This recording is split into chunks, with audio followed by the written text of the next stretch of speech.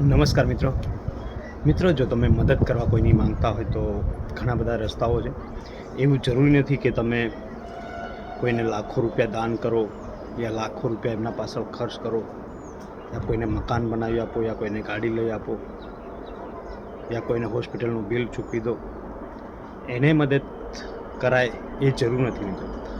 જો તમે મદદ કરવા માંગતા હોય ને તો ઘણા બધા રસ્તાઓ છે. કદાચ કોઈ વ્યક્તિ તકલીફમાં હોય, એને કદાચ તમે એક ટાઈમનું ભોજન આપી દો, એટલે કે ભૂખ્યો કોઈ વ્યક્તિ હોય ને એક ટાઈમનું એને ભોજન આપી દો, એને પણ એક મદદ કહેવાય મિત્રો. કદાચ કોઈ વ્યક્તિને કઈ જગ્યાએ જવું હોય અને એને માર્ગદર્શનની જરૂર હોય મિત્રો, અને એને માર્ગદર્શન પર તમે આપી શકો છો ને, તો એ પણ એક મદદ જ છે દોસ્તો. મદદના ઘણા બધા પ્રકાર છે. એવું જરૂરી નથી કે લાખો રૂપિયા દાન કરો, લાખો રૂપિયા ભંડારાઓ કરો, અથવા તો કંઈક એવા ધાર્મિક સ્થળોએ જઈને સાદર ચડાવો, એવું કોઈ પણ જરૂરી નથી દોસ્તો. જો તમારે મદદ જ કરવી હોય ને દિલથી, તો કોઈ દિલથી યાર બિલકુલ સામાન્યમાં સામાન્ય માત્ર તમે કોઈની હેલ્પ કરી શકો છો ને, તો પણ એ મદદ જ છે. નાની બાબતોને લઈને દોસ્તો થોડું ધ્યાન આપજો, કેમ કે નાની બાબતો જ ઘણું મોટું એક પરિવર્તન લાવી શકે છે મિત્રો. જ્યારે કોઈ બાળકને ભણવા માટે ચોપડા ના હોય, પહેરવા માટે કપડાં ના હોય, અને કંઈક તમે કદાચ એમને સહયોગ કરી શકો ને, તે ખૂબ સારી વાત છે.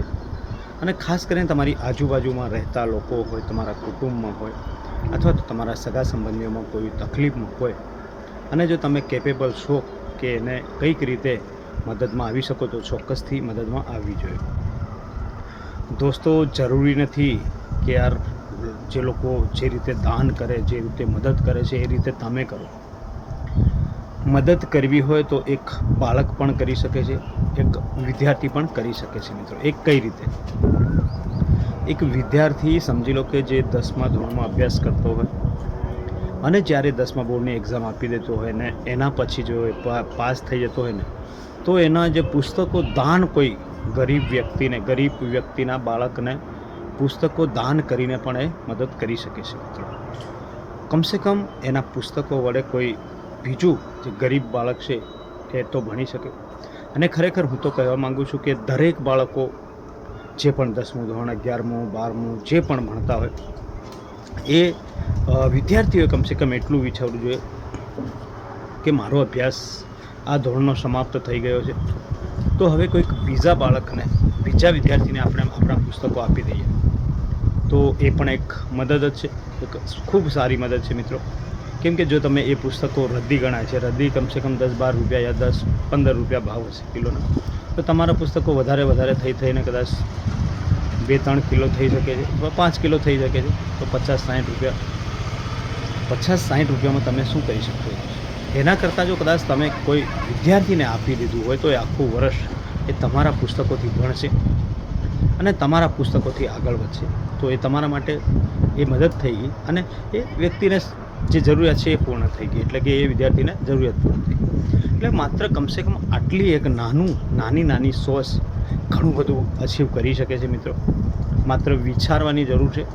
તમે મદદ સૌ પ્રથમ તો મારી ગણતરી એવી છે કે તમારી આજુબાજુ, એટલે કે તમારા કુટુંબમાં કોઈ રહેતા લોકો કંઈ પણ બાબતમાં કદાચ એને તકલીફ પડી હોય, ખરાબ કન્ડિશનમાં હોય, એ હોસ્પિટલ લઈ જવા બાબતમાં હોય, કોઈક વિદ્યાર્થીઓ એમના બાળકોને ભણાવવાને લઈને હોય, યા કંઈક ઘણા બધા એવી તકલીફો હોઈ શકે છે જીવનમાં, તો તમે કેપેબલ છો ને મિત્રો, તો સૌ પ્રથમ તો એમની મદદ કરો, એમના સહારે જાઓ.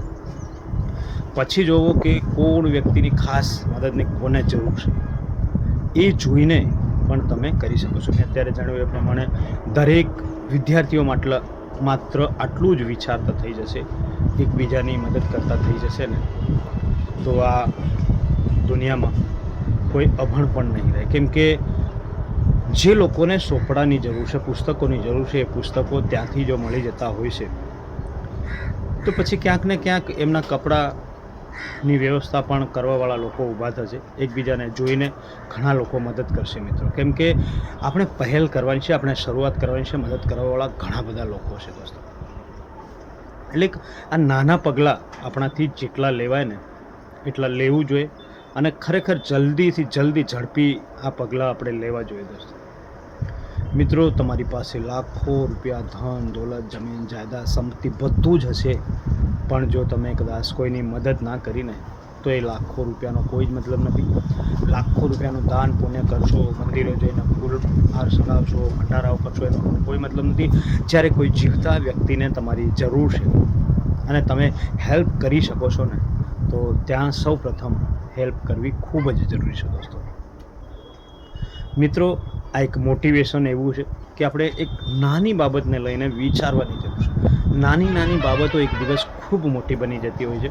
આગળ પણ મેં જાહેરાત પોતે કરી છે કે મારા ગામના જેટલા પણ બાળકો, વિદ્યાર્થીઓ જે ભણે છે, એમને ચોપડાની જરૂરિયાત છે, અને જો એ માતા પિતા વગરના છે તો હું મારા સ્વૈચ્છિક ખર્ચથી એમને પુસ્તકો લઈ આપવાનું છું. મિત્રો, હજી પણ કોઈ એક નામ નોંધાયું નથી, એટલે જલ્દીથી જલ્દી એ પણ નામ નોંધાવે. અને મેં કીધું એ પ્રમાણે તમે પણ મિત્રો એકબીજાને તમારા બાળકોના પુસ્તકો પણ બીજા જે ગરીબ લોકો છે અથવા તો કોઈ બીજા વિદ્યાર્થીઓ છે એમને દાન કરી શકો છો, આપી શકો છો. એટલે એ પણ તમારા બાળકના કમસે કમ પુસ્તકથી એ ભણીને આગળ તો વધશે.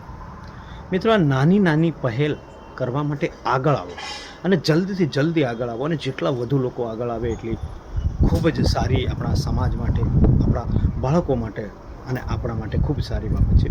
આવી ઘણી બધી જગ્યાએ આપણે હેલ્પ કરી શકીએ છીએ, આપણને ખબર નથી મિત્રો, આપણે વિચારી નથી શકતા, પણ આવા ઘણી બધી બાબતો એવી છે કે તમે ત્યાં હેલ્પ કરી શકો છો. તમારા બાળકો પણ હેલ્પ કરી શકે, વિદ્યાર્થીઓ પણ હેલ્પ કરી શકે છે, પણ ખાસ કરીને આવા વિચારો મગજમાં આવતા નથી. એ જ પ્રોબ્લેમ છે, એ જ આપણી સમસ્યા છે મિત્રો. મિત્રો, ક્યાંક ને ક્યાંક આપણે કોઈક તકલીફમાંથી કોઈને કાઢશું ને, તો આપણે પણ ક્યારેક તકલીફ મળશું ને, તો કોઈ વ્યક્તિ આપણને પણ ચોક્કસથી કાઢશે દોસ્તો. એટલે બને ત્યાં સુધી આવી રીતે નાની નાની બાબતે પણ લોકોની હેલ્પ કરો મિત્રો. મિત્રો, મારો આ વિડીયો તમને સારો લાગ્યો હોય તો વધુમાં વધુ લોકો સુધી પહોંચાડો એવી આશા રાખું છું. અને મારી આ સુપરસ્ટાર દેશપ્રેમી ચેનલમાં અવારનવાર આવા વિડીયો આવતા રહે છે, જેથી આ મારી ચેનલને સબસ્ક્રાઈબ કરો અને આ વિડીયો વધુને વધુ લોકો સુધી શેર કરજો, તો જેથી કોઈક લોકોને યા કોઈક બાળકને આની મદદ મળી જાય અને કોઈક વ્યક્તિઓ મદદ કરતા થઈ જાય મિત્રો. Bye bye.